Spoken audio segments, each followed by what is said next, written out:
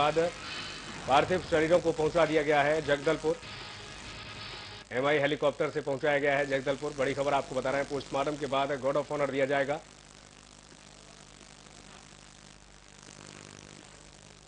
तो बड़ी खबर आपको बता रहे हैं, जगदलपुर पहुंचा दिया गया है पार्थिव शरीरों को।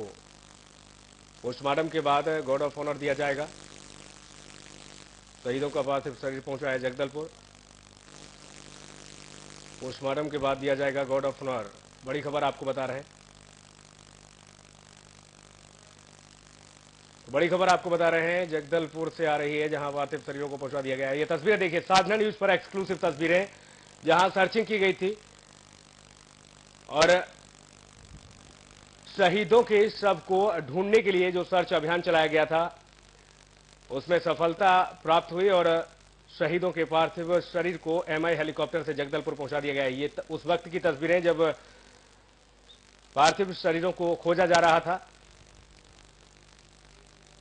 विवेक श्रीवास्तव साधना न्यूज संवाददाता जुड़े हैं ज्यादा जानकारी के साथ। विवेक, पहुंच चुका है पार्थिव शरीर की अगर बात की जाए तो जगदलपुर पहुंच चुके हैं पार्थिव शरीर? जी हाँ, काफी विलंब से यहाँ पे पार्थिव शरीर पहुंचा है और अभी पोस्टमार्टम के लिए इनको मेडिकल कॉलेज में ले जाया गया, जहाँ पे पीएम करने की तैयारी चल रही है।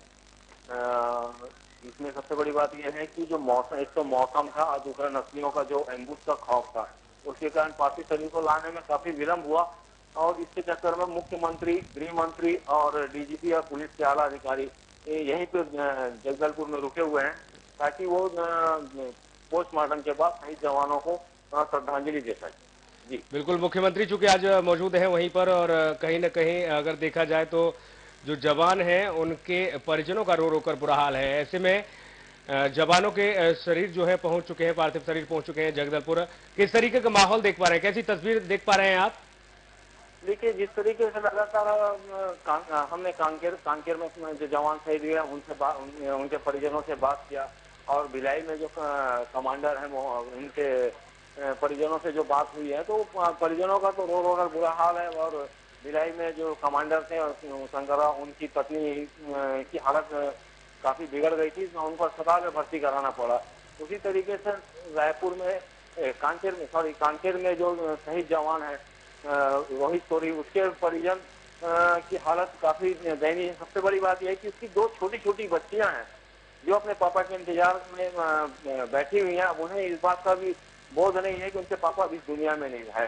तो काफी गमगीन माहौल है शहीद के परिजनों के घरों में। गमगीन माहौल है। बहुत धन्यवाद विवेक श्रीवास्तव आपका तमाम जानकारी के लिए। आज छत्तीसगढ़ ब्यूरो चीफ आर के गांधी फोन लाइन पर जुड़ गए हैं ज्यादा जानकारी के साथ। देखा जा रहा है आर के गांधी जी, लगातार जो विलंब हुआ है पार्थिव शरीरों को पहुंचने में जगदलपुर, उसके बाद परिजनों का तो रो रो कर बुरा हाल है, लेकिन प्रदेश के मुखिया डॉक्टर रमन सिंह भी वहां पर मौजूद है। क्या कुछ जानकारी आपके पास?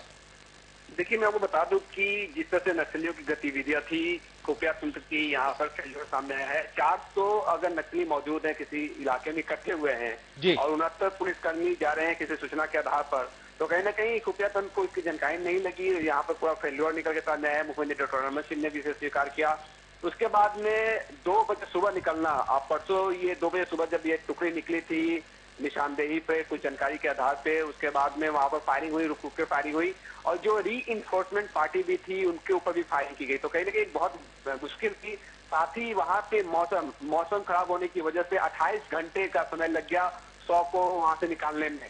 वहां पर मीडिया कर्मी तो पहुंच गए थे, लेकिन जो री इन्फोर्समेंट फोर्स होती है करीब 200 फोर्स को भेजा गया और पूरी वहां पे चाक चौबंद व्यवस्था के साथ, क्योंकि री इन्फोर्समेंट फोर्स से भी नक्सली लगातार घात बनाकर हमला करते हैं। तो चौतरफा जब फोर्स की आमद वहां पर हुई तब जाकर 100 वहां से निकाला गया, 100 जगदलपुर लाया गया है। वहां पर सलामी दी जाएगी। मुख्यमंत्री डॉक्टर रमन सिंह वहां पर मौजूद है, राज्यपाल जी वहां पे उनकी मौजूदगी होने की सूचना दी गई है। साथ ही तमाम आला अधिकारी वहां पर मौजूद है। तो कहीं ना कहीं यहाँ पे जिस तरह से, क्योंकि ये कैजुअलिटी और अधिक हो सकती थी, लेकिन जो जानकारी निकल के सामने आ रही है कि जो कोया कमांडो पहले थे, अब जो आरक्षक के तौर पर वहां पर तैनात हो चुके हैं और उनको उस इलाके की पूरी जानकारी थी, तो उन्होंने काफी कम नुकसान, 3 पुलिसकर्मियों के ही वहां पर असला बारूद ले जा पाए नक्सली, बाकी वहां से जवानों को बचाकर निकालने में जो वहां के स्थानीय आरक्षक थे जिन्होंने काफी वहां पर सहायता की, लेकिन इसके बाद से फिर से सवाल जो उठ खड़ा होता है कि खुफिया तंत्र के फेल्योर होने की वजह से आज जो परिजनों के रो रो के बुरे हाल है, जो प्लाटून कमांडर है भिलाई के, उनके घर में काफी गमगीन माहौल है। सुबह से ही लोगों के पहुंच रहे हैं वहां पे लोग, और वहां पे परिजनों का ये कहना है कि पुलिस के द्वारा सूचना नहीं दी गई, मीडिया के जरिए ही तमाम जानकारी मिली है। तो पूरा प्रदेश इस समय गमगीन है और कहीं ना कहीं उच्च स्तरीय बैठक तो चल रही है, लेकिन एक बड़ा सवाल ये खड़ा होता है आर.के. गांधी जी कि घटना को एक लंबा वक्त बीत चुका है, क्योंकि अगर देखा जाए तो कल की ये घटना 10 बजे के सुबह के 10 बजे करीब ये घटना घटी थी, लेकिन बावजूद उसके पार्थिव शरीरों को ले जाने में इतना जो विलंब हुआ है, इतनी देरी हुई है, उस पर भी सवाल खड़े हो रहे हैं कि आखिर इतना वक्त क्यों लगा। देखिए, दुर्गम इलाका है, दुर्गम इलाके होने के साथ में पुलिस के जानकारी नहीं थी कि कितनी नक्सलियों की मौजूदगी है। जो चश्मदीद हैं, जो चश्मदीदों ने जानकारी दी है, जो वहां पर घायल जवान थे, उनका ये कहना था कि करीब 400 नक्सलियों की संख्या है। तो इतनी बड़ी नक्सलियों की संख्या उस इलाके में मौजूद होने से इन्फोर्समेंट पार्टी पर लगातार जिस तरह से अटैक किया जा रहा था, तो एक बहुत बड़ा फोर्स फिर से जद में आ सकता था। तो इसमें सुरक्षा के साथ में आगे बढ़ना और उन 100 को लेकर आना, ये बहुत बड़ी जिम्मेदारी थी। इसमें खुफिया तंत्र जिस तरह से फेल्योर है, खुफिया तंत्र के पास में जानकारी रहती तो सही समय पर निकाला जा सकता था। वहीं मौसम की भी मार, क्योंकि मौसम यहाँ पर काफी खराब चला था, हेलीकॉप्टर को उड़ान भरने में काफी दिक्कत थी, और दुर्गम इलाका, पहाड़ी इलाका होने की वजह से सड़क मार्ग से उन 100 को नहीं लाया जा सकता था, सिर्फ हेलीकॉप्टर के माध्यम से ही उन 100 को लाया जा सकता था। तो कहीं ना कहीं इसमें तो दिक्कत हुई मौसम की वजह से। लेकिन अगर यहाँ पे 400 नक्सलियों की मौजूदगी की जानकारी अगर सही समय पर होती और सही तरीके से अगर मैसेज होता तो इतनी बड़ी कैजुअलिटी यहाँ पर देखने को नहीं मिलती, और इस वजह से ये तमाम दिक्कतों का सामना यहाँ पर करना पड़ा है। जी। क्या ये मान लिया जाए कि अगर कहीं नक्सलियों की तादाद जो ज्यादा है तो वहां हमारी जो बटालियन लगी हुई है लगातार सर्चिंग के लिए, उनकी संख्या कम पड़ जाती है, नक्सल तंत्र जो है हावी है, ये मान लिया जाए? देखिए, आपका कहना सही है कि जहां अपनी बटालियन जो होती है, जिनकी संख्या अगर कम रहती है, नक्सलियों की संख्या अगर अधिक रहे तो नक्सली भारी पड़ते हैं। और यही इस बार भी देखने को मिला, क्योंकि जो जवानों की संख्या थी वो काफी कम थी, उनको ये जानकारी नहीं थी कि वहां पर नक्सलियों की इतनी बड़ी टुकड़ी इकट्ठी हो चुकी है। क्योंकि मैं आपको बता दूं कि नक्सली अक्सर छापेमार शैली में ही युद्ध करते हैं और छोटी छोटी टुकड़ियों में बट कर रहते हैं, 12-12 की संख्या में ये अलग अलग छापेमार शैली में काम करते हैं। लेकिन अगर नक्सली इकट्ठा हो रहे हैं, 400 नक्सलियों की संख्या अगर एकजुट हुई है कहीं एक जगह पर, तो वो बहुत बड़ी सोची समझी रणनीति के तहत नहीं उनकी रणनीति होती है। तो ये एक बार फिर से नक्सली तंत्र यहाँ पर हावी होता नजर आया है, क्योंकि 400 नक्सलियों का इकट्ठा होना, छोटे छोटे टुकड़ों में बटे नक्सली जो संख्या है वो एक बड़े संख्या में तब्दील होना, वहां पर इस तरह की घटनाक्रम को अंजाम देना, तो कहीं ना कहीं ट्रैप किया गया। यहाँ पे एसटीएफ के जवानों को ट्रैप किया नक्सलियों ने, उनको खुद मान में घुसने को मजबूर किया, उसके बाद में अटैक किया और इसमें 7 जवान शहीद हुए। अगर यहाँ पे जो आरक्षक थे जिनको गोली लगी, जो तस्वीर है, जो जानकारी दे रहे हैं कि उन्होंने रुक रुक कर फायरिंग की, असला बहुत को बचाए रखा, नहीं तो और अधिक कैजुअलिटी हो सकती थी। और वहां से जवान निकले किसी तरह से, उनको पीछे हटना पड़ा क्योंकि नक्सलियों की संख्या इतनी अधिक थी। तो ये अक्सर देखने को मिलता है कि जहां पर नक्सलियों की संख्या अधिक होती है और जवानों की संख्या कम पड़ जाती है, तो नक्सली अक्सर इतनी बड़ी तांडव को अंजाम देने में सफलता हासिल कर लेते हैं। और जिनके कंधों पर पूरा भार है, प्रदेश के गृह मंत्री की अगर बात की जाए तो गृह मंत्री का जो बयान आया था आर.के. गांधी जी, वो खुद अपने बयानों में उलझते नजर आ रहे थे, क्योंकि लगातार अक्सर करके वो देखा जाता है घटनाओं पर शोक व्यक्त करते हैं, लेकिन जब उनसे ये पूछा गया कि इतनी देरी क्यों हो रही है, तो उन्होंने कहा कि हम कहीं ना कहीं इस पूरी वारदात को तो देख ही रहे, लेकिन दूरस्थ इलाके की उन्होंने एक बात कही, साथ ही उन्होंने नक्सलियों की जो संख्या की बात कही थी कि नक्सलियों की भारी संख्या होने की वजह से भी कहीं ना कहीं हम जो है वहां तक नहीं पहुंच पा रहे हैं। ऐसे में एक सवाल ये खड़ा हो जाता है कि अगर नक्सली जो जवानों के शव वहां पर थे जंगल में, उनको अगर ले जाते तो फिर क्या जवाब देती सरकार? देखिए, अक्सर ये देखने को मिला है कि जब नक्सली अटैक करते हैं तो क्रॉस फायरिंग होती है, क्रॉस फायरिंग में जाने जाती है। नक्सलियों का मुख्य उद्देश्य होता है कि किसी तरह से असला बारूद को लूट कर ले जाना और अपनी उपस्थिति को दर्ज कराना, क्योंकि कैजुअलिटी तो उस साइड भी हुई होगी लेकिन उससे जानकारी निकल के नहीं सामने आती है, और उस इलाके से तुरंत निकलकर दूसरे इलाके में पहुंच बनाना, री इन्फोर्समेंट फोर्स को रोकना।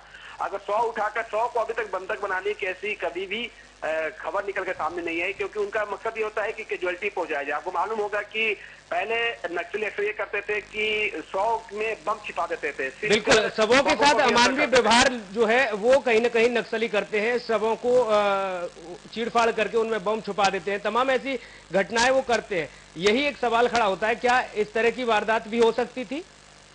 देखिए, इस तरह की भी बर्दाश्त हो सकती थी, क्योंकि पोस्टमार्टम अभी हुआ है। पोस्टमार्टम रिपोर्ट के बाद में जानकारी निकल के सामने आई कि झारखंड में घटना ऐसी हुई थी कि जब री इन्फोर्समेंट फोर्स पहुंची थी और वो 100 लेकर आ गए थे, और उसमें जब कुछ जो विस्फोटक थे वो विस्फोट नहीं हो पाए थे, लेकिन री इन्फोर्समेंट फोर्स 100 में रखे बमों की जद में आ गई थी। और ऐसा अक्सर नक्सली करते हैं कि 100 को छत विछत करना और री इन्फोर्समेंट फोर्स पर भी अटैक करने की कोशिश करना। इसके लिए वो कई तरह के हथकंडे अपनाते हैं, क्योंकि फोर्स जो सोचती है उसके आगे नक्सली निकलते देखते हैं। क्योंकि मैं आपको बता दूं कि नक्सली इलाके में 48 पॉइंट निर्धारित किए गए हैं किस तरह से आपसे नक्सल मोर्चे पे गुरिल्ला वार के तहत में नक्सलियों से लोहा लेना है। लेकिन अक्सर यही चुक होती है और इसी चुक की वजह से कैजुअलिटी देखने को मिलती है।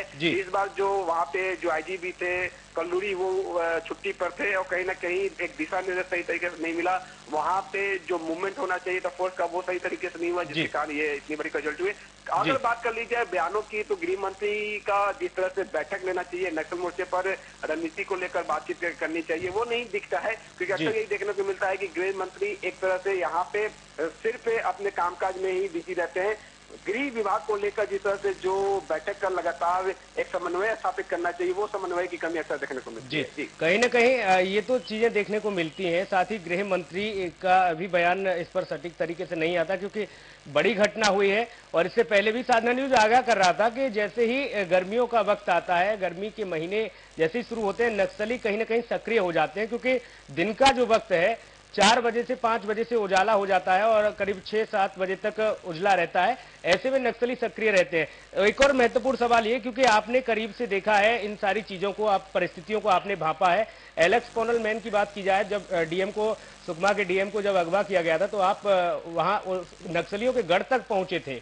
ऐसे में क्या क्या दिक्कतें आती हैं आर.के. गांधी जी?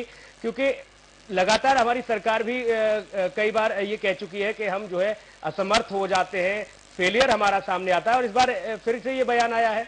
क्या दिक्कतें होती हैं? देखिए, 40,000 वर्ग किलोमीटर का वो इलाका है जो लाल आतंक के नाम से वो दहशत में वो इलाका अक्सर आता है।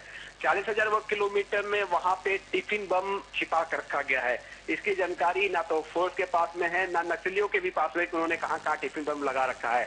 टिफिन बम, प्रेशर बम, और प्रेशर बम की चपेट में जब वाहन जो जाता है उसकी चपेट में आने के बाद कैजुअलिटी बहुत देखने को मिलती है। तो 40,000 वर्ग किलोमीटर में जगह जगह पर विस्फोटक बिछे हुए हैं, जहाँ पर फूक कर कदम रखना पड़ता है। मेटल डिटेक्टर के साथ में फोर्स पहुंचती है, आरओपी होता है, रोड ओपनिंग पार्टी होती है जो आगे बढ़ती है, और री इन्फोर्समेंट के जरिए वहां पे हमेशा एरिया डोमिनेशन भी किया जाता है।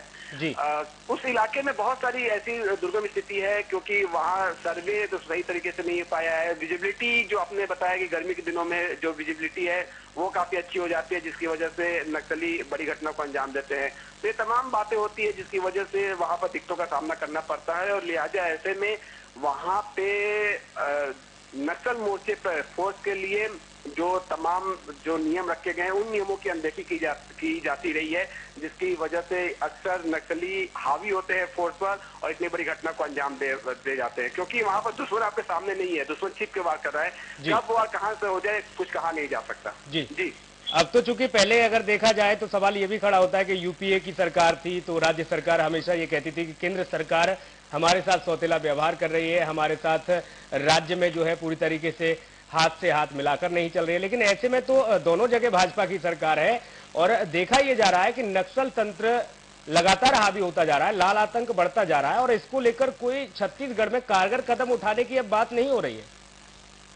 देखिए, ये पड़ोसी राज्यों के साथ में समन्वय स्थापित कर ही इसे समाप्त किया जा सकता है। विकास की बात वहां पे अक्सर की जाती रही है, लेकिन विकास से भी काफी अछूता है वो इलाका, क्योंकि नक्सली भी नहीं चाहते कि वहां पे जो विकास की पगडंडी है वो पहुंचे, और ऐसे में कई बार दिक्कतों का सामना करना पड़ जाता है।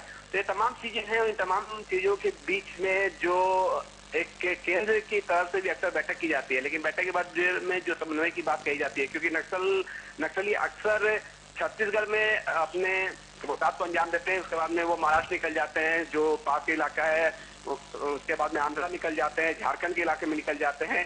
तो ऐसे में जो इन नक्सलियों को रोकने की जो कोशिश जिस तरह से की जानी चाहिए वो नहीं होती है, और इस वजह से नक्सली एक गढ़ से दूसरे गढ़ में जाते रहते हैं। और मुट्ठी भर नक्सली उन्होंने यहाँ पे तमाम ऐसी परिस्थितियां बना रखी है। अगर मिलिट्री दलम की बात कर ली जाए, जो सबसे खतरनाक दलम होता है नक्सलियों का, सबका जो हथियारबंद नक्सली होते हैं, जिनके पास में अत्याधुनिक हथियार होता है, उनकी संख्या काफी कम है, 10,000 के आसपास उनकी संख्या होगी। और ऐसे में ये छोटे छोटे टुकड़े में बंटकर ये ऐसे छापामार शैली में वहां पर अटैक करते हैं और सुरक्षा बलों को नुकसान पहुंचाने की कोशिश करते हैं। और ये अक्सर देखने को मिलता है, जो गर्मी के दिन में जो विजिबिलिटी की बात होती है, उस विजिबिलिटी में उसका फायदा उठाते हैं। लेकिन और ठंड के दिनों में, जो 1 दिसंबर की घटना हुई थी ठंड के दिनों में, तो उनका उसका सिर्फ एक ही उद्देश्य है कि वहां पर अपनी उपस्थिति दर्ज कराना और सुरक्षा बलों को नुकसान पहुंचाना, सरकारी तंत्र को नुकसान पहुंचाना, जिसके जरिए वो वहां पर अपने गढ़ को बनाए रखे और सीधे सीधे वो सत्ता को चुनौती दे सके। जी, एक सवाल और, चूंकि ये मामला बहुत ज्यादा गंभीर मामला है और प्रदेश तो पूरा गमगीन है ही, एक सवाल और उठता है। लोक सुराज अभियान मुख्यमंत्री का शुरू होने वाला था 13 अप्रैल से, लेकिन अब इसकी तारीख को बढ़ा दिया गया है। अगर देखा जाए तो आगाज किया गया था कि बस्तर से इसकी शुरुआत की जाएगी, चूंकि पूरा नक्सली इलाका है, वहां से आगाज किया जाएगा। लेकिन इस तरह की वारदात को अंजाम देकर क्या नक्सलियों ने यह जता दिया है कि हम यहाँ कमजोर नहीं है, हम यहाँ उपस्थित हैं? नक्सलियों ने तो ये बता दिया है कि उनको कमजोर ना आका जाए, क्योंकि उनकी उपस्थिति अभी भी बस्तर में है और बस्तर के दुर्गम इलाकों में अभी भी उनकी सत्ता चल रही है। जहां तक लोक सुराज अभियान की बात है, तो लोक सुराज अभियान के तहत में मुख्यमंत्री डॉक्टर रमन सिंह औचक निरीक्षण करेंगे। अब कहाँ जाते हैं इस घटना के बाद में ये भी आने बात होगी, लेकिन मैं आपको 6 अप्रैल 2009 का वो क्या बता दूं, जब 60 मिनट इस घटना को इस लोक सुराज अभियान से अगर देखा जाए जोड़ के, तो क्या मायने निकलते हैं? लेकिन आपको बता दो कि इसके पहले भी जब सुराज अभियान चले थे, और सुराज अभियान के तहत में ही यहाँ पे सांसद प्रतिनिधि और जो यहाँ पे सांसद सचिव थे, संसदीय सचिव जो यहाँ पे थे, उन पर भी अटैक यहाँ पर किया गया था। और उसके आगे 2 दिन के बाद ही जो सुकमा के कलेक्टर थे, उनका किडनैप कर लिया गया था। तो इस अभियान के दौरान ही नक्सलियों ने उस किडनैप की घटना को अंजाम दिया था। स्वराज अभियान के तहत में जो अधिकारी जाते थे पहले, उनको बंधक नक्सलियों ने बनाया था। कई घटनाक्रम सामने आए थे, क्योंकि नक्सली नहीं चाहते कि कोई शासन का प्रतिनिधि गांव तक, अंतिम छोर तक पहुंचे और उनको सीधे चुनौती दे। तो लोक सुराज अभियान के पहले ही उन्होंने इस घटना को अंजाम देकर उन्होंने साफ तौर पर जाहिर कर दिया है कि जिस तरह से शासन अंतिम छोर तक पहुंचने का दावा करती है, उस दावे को करने कहीं न कहीं नक्सली जोड़ा बनते नजर आ रहे हैं। उन्होंने साफ तौर पर जाहिर कर दिया है कि इस बार भी जो सुराज अभियान, जो पिछले कुछ सालों से रुक सा गया था, थम सा गया था नक्सली कांडों की वजह से, जब कलेक्टर का किडनैप हुआ था, उनको इस बार भी कम नहीं आका जाए। इस बार भी वो लोक सुराज अभियान के तहत कुछ न कुछ बड़ी वारदात को अंजाम दे सकते हैं। जी बिल्कुल, यानी कि यह जता दिया है प्रदेश के मुखिया ने कि आप कितने भी सक्रिय क्यों न हो, लेकिन हमारा जो अभियान जिसका आगाज हो चुका है, तारीख बढ़ सकती है लेकिन अभियान को निरस्त नहीं किया जाएगा, अभियान चलेगा और नक्सलियों को मुंहतोड़ जवाब भी दिया जाएगा।